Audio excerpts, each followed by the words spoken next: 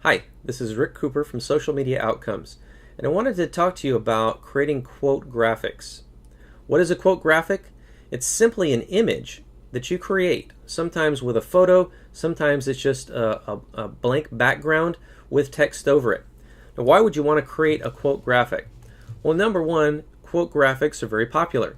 People love reading quotes. And what's great about a graphic is it helps to grab more attention than just putting a text in a straight a message and posting it.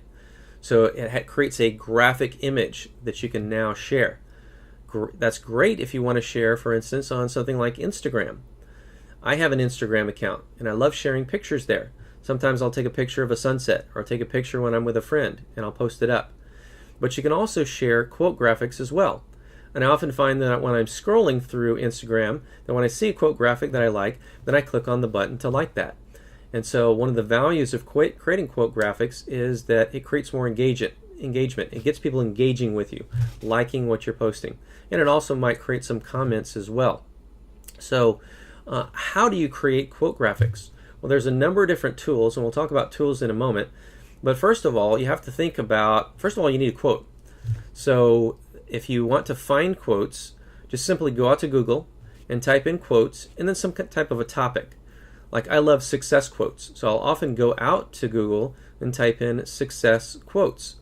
One of the sites that comes up, usually at the top of the list, is Brainy Quote. So I'll go out to Brainy Quote. I will search through a list of quotes and find one that I like. I'll copy and then paste that into Notepad. And the reason I don't copy and paste this directly is because it will usually carries over some type of a link back to the site. All I want is the quote and then the author of that quote.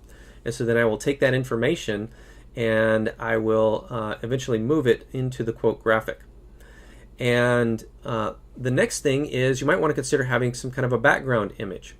So you could find a nice landscape picture, like something from nature, a picture of a lake or something like that.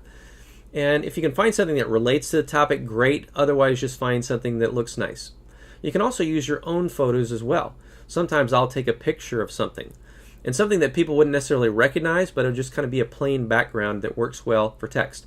So if you create quote graphics on a regular basis, you'll start to get some insights into what would make a good background. So just be creative. You can use your phone to take a picture. In fact, there are apps that you can use on your smartphone that you can utilize to create quote graphics as well. But let me talk about one tool that you can use that's really simple, and that's just simply Microsoft PowerPoint.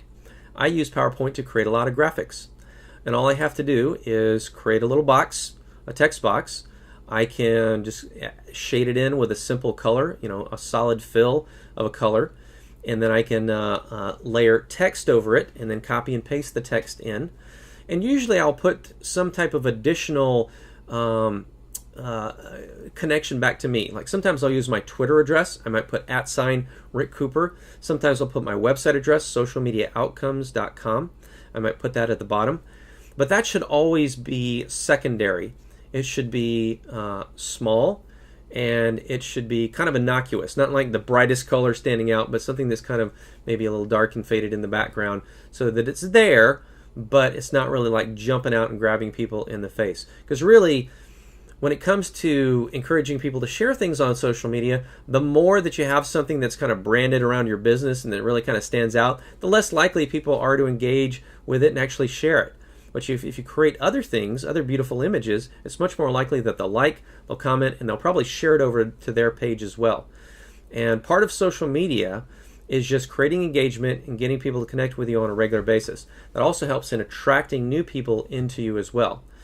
So Microsoft PowerPoint can be a great tool. There are online tools. You can also find apps for your smartphone as well that can create quote graphics also. So I encourage you to get into action on that. If you'd like to learn some strategies to monetize social media, I have a free report on 10 ways to monetize social media. You can download that by going to socialmediaoutcomes.com/monetize social. socialmediaoutcomes.com/monetize social. I look forward to connecting with you in a future video.